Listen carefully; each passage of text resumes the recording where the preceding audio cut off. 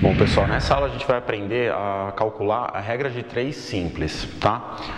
Primeiro, quais são os tipos de regra de 3 que existem, tá? A gente tem dois tipos de regra de 3, a simples e a composta. A simples a gente utiliza quando a gente está analisando só a relação entre duas grandezas, tá? Quando existem mais do que duas grandezas envolvidas no problema, aí a gente passa para a regra de 3 composta, tá bom? Então, nesses primeiros exemplos e nessa primeira conceituação, a gente vai ver só a regra de 3 simples, que relaciona duas grandezas apenas, tá?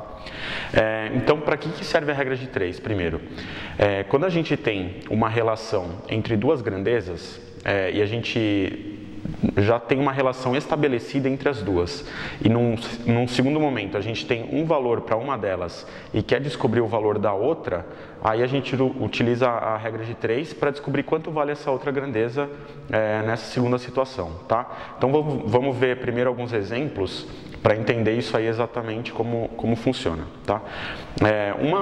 Um conceito que a gente tem que ter em mente para poder calcular a regra de 3 é esse aqui. Grandezas, tá? Podem ser de dois tipos, elas podem ser diretamente proporcionais ou inversamente proporcionais.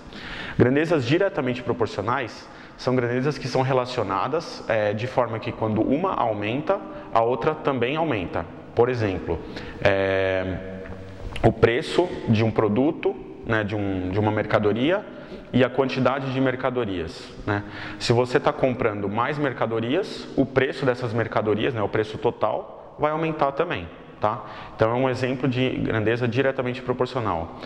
Outra grandeza é a conta de luz e a quantidade de energia consumida, por exemplo, durante um mês em uma certa residência, né? Se você consome mais energia, você vai ter uma conta mais cara, tá bom? Então esses são exemplos de grandezas diretamente proporcionais. Quando uma aumenta, a outra também aumenta. E agora duas grandezas inversamente proporcionais.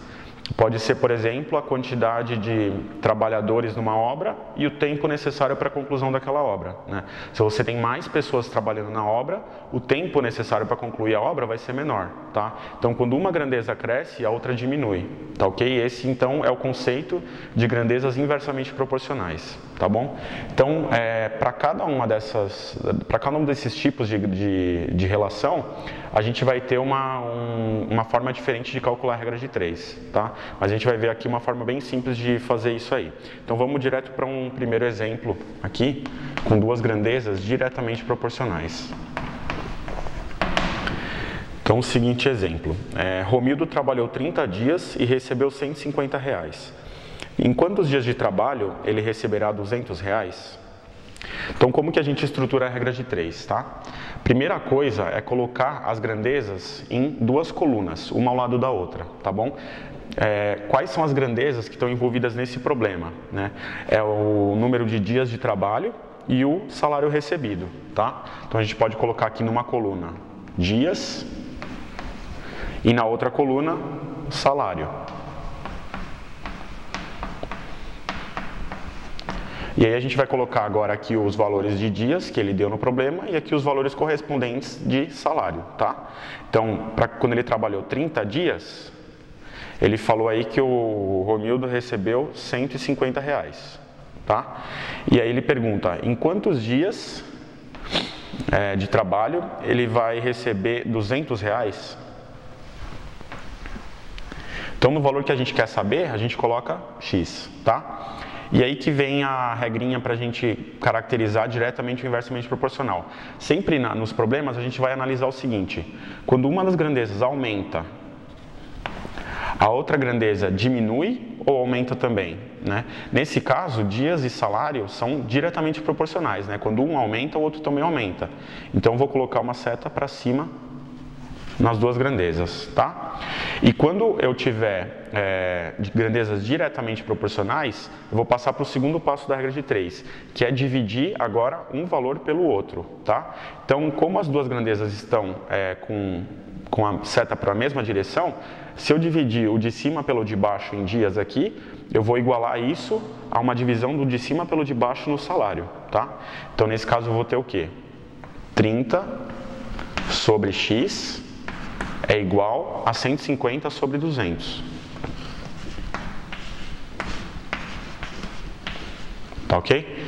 cheguei numa igualdade desse tipo aqui, eu multiplico em cruz, tá? Então 30 vezes 200 é igual a 150 vezes x. Quero isolar o meu x, então passo 150 dividindo para esse lado aqui, tá? E já vou deixar o x na esquerda, então vou inverter só a igualdade aqui. Eu fico com x igual a 30 vezes 200 sobre 150, tá ok? Agora é só resolver, né? Eu posso cortar esse 0 com esse aqui, por exemplo. Aí posso cortar esse 30 com esse 15 aqui, me sobra um 2 aqui em cima. 2 vezes 20, o resultado aí é 40, tá ok?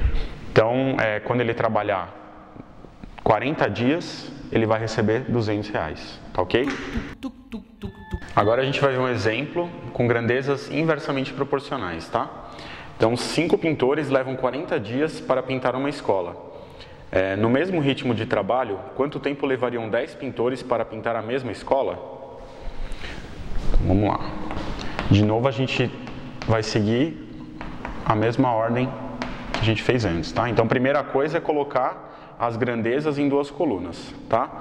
Então, aqui é número de pintores em uma coluna, tá? E na outra, os dias, né, ou o tempo para pintar aquela escola. Então, 5 pintores levam 40 dias. No mesmo ritmo de trabalho, quantos dias levariam 10 pintores para pintar a mesma escola, tá? Então, a nossa dúvida agora é quantos dias esses 10 pintores levariam, tá? Primeira coisa, a gente vai ter que colocar as setas, né? Para ver se é diretamente ou inversamente proporcional. Se eu aumento o número de pintores, tá? Não olha para os números, pensa só o seguinte: se eu aumento o número de pintores, eu vou levar mais dias ou menos dias para pintar? Menos, certo? Se eu tenho mais gente trabalhando, eu levo menos dias para terminar o trabalho, tá? Então esse é um exemplo de grandezas inversamente proporcionais. E aí, agora a gente vai seguir a lógica de antes, só que invertendo uma das frações, tá?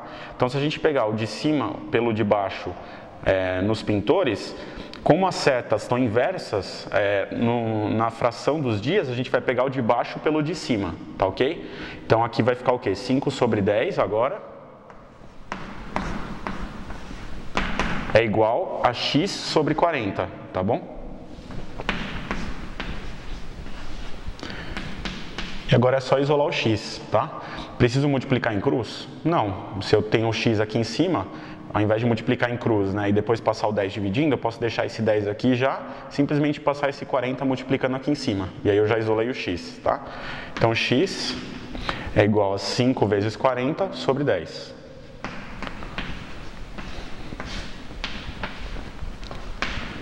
O 5 com 10 eu posso simplificar, sobra um 2 aqui embaixo. 40 por 2, 20. Tá bom? Então, com 10 pintores, eu vou levar 20 dias, tá? Faz sentido, né? Se eu dobrei o número de pintores, eu vou levar metade do tempo para concluir aquela obra, tá bom? Então, essa é a regra de 3 simples, tá? O conceito que a gente tem que ter é o quê? Primeiro, colocar as grandezas em duas colunas, tá? Colocar uma seta numa das colunas, verificar se a outra aumenta ou diminui quando essa primeira aumenta, e aí igualar as frações de acordo com as setas, né? Se as setas são iguais, são diretamente proporcionais, o de cima pelo de baixo de uma vai ser igual ao de cima pelo de baixo da outra. Se elas são invertidas, né, ou seja, inversamente proporcionais, a de cima pela de baixo de uma coluna vai ser igual a de baixo pela de cima da outra coluna, tá? E aí eu resolvo para encontrar o x.